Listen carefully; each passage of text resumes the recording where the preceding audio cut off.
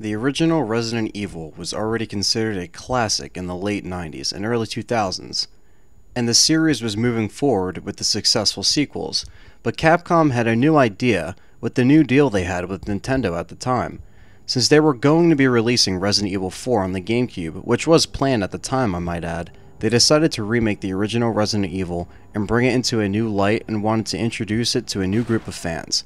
The idea was perfect, and what we got became a fan favorite as well as one of my personal favorites in the series. In April 2002, we got Resident Evil Remake for the Nintendo GameCube. Shinji Mikami stated that the remake was 70% different than the original game, and that is correct. This new rebirth was a great way to grab old veteran players as well as new players to come join the world of survival horror and the mansion one more time in a brand new light. Alpha Team is flying around the forest zone, situated in northwest Raccoon City, where we are searching for the helicopter of our compatriots, Bravo Team, who disappeared during the middle of their mission. The story stays the same as the original. It goes like this. Several murders are reported in the outskirts of Raccoon City, with several victims being attacked and eaten. The Raccoon Police Department's Special Tactics and Rescue Service, STARS, are sent in to investigate. They first send Bravo Team, but once they lose contact with Bravo Team, they go in to look for themselves. What they find is the remains of Bravo Team. After searching for Bravo Team's whereabouts, they are chased down by vicious zombie dogs and are forced to run into the mansion for safety. This is where the game begins once again.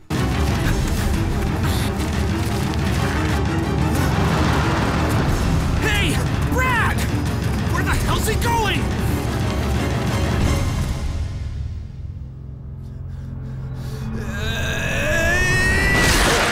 Chris, this way!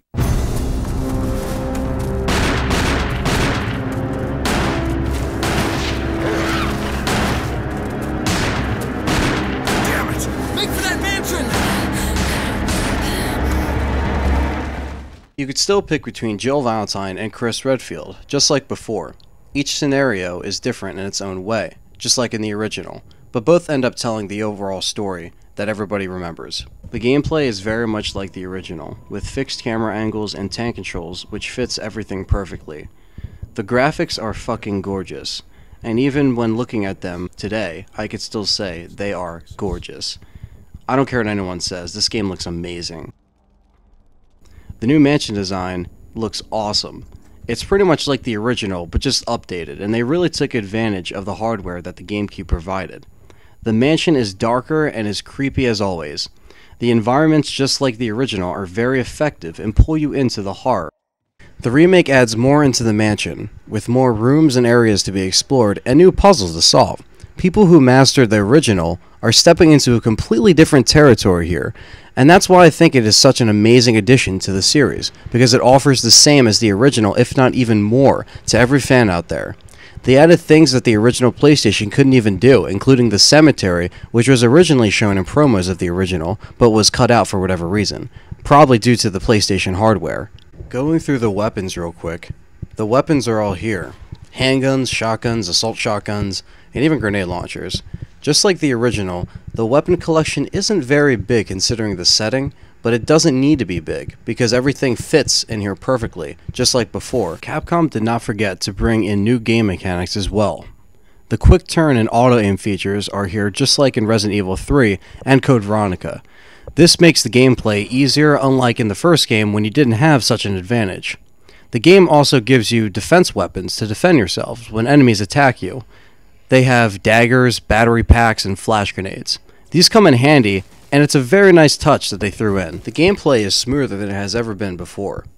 And let's not forget the enemies they threw in that you'll be fighting throughout the game. The zombies are all here, zombie dogs, hunters, spiders, snakes, sharks, and there's also a couple of new BOWs they threw in the mix, and I won't spoil them for anybody who hasn't played the game yet.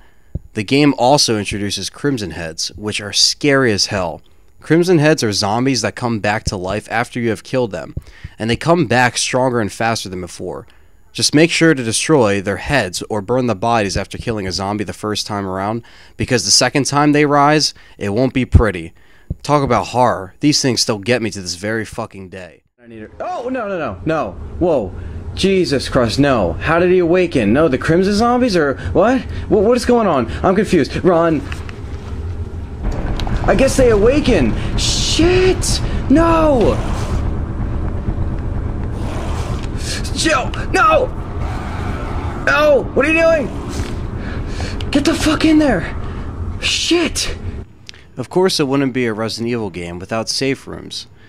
Save rooms allow you to manage your items through the item box as always, and save your game through the typewriter using ink ribbons. Ink ribbons are pretty hard to find throughout the mansion, so you definitely don't want to go saving your game very often, and want to use it wisely. This time around, the voice acting is so much better, and gives the characters a bit more of a personality, and we can feel for the characters a bit more, when seeing them in several cutscenes and interactions through the game. The game goes more in depth about what happened in the mansion previously, with files hidden throughout just like in the original game, and even includes a really sad and emotional backstory about the Trevor family, who were previously in the mansion years before. It actually plays an important part in the actual story of the mansion and the origins of everything.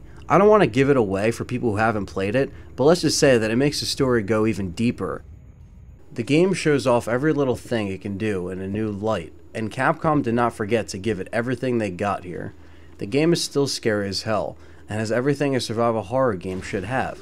It didn't take away from the original, just adds more, and that's what fans wanted.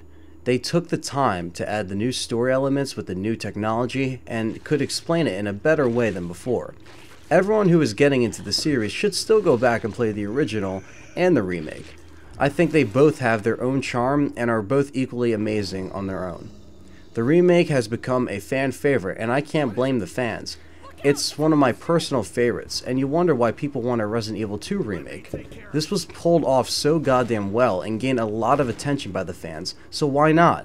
Well, Capcom has changed, and seem to not really care anymore, and they're losing a lot of money because of it. Trust me, if they made a Resident Evil 2 remake, just like how they made this one, fans would throw their money at you. It doesn't look like that will ever happen. But everyone should check out the Resident Evil remake. It's the original game on steroids, and it's one hell of a game in the Resident Evil series. Thanks for watching.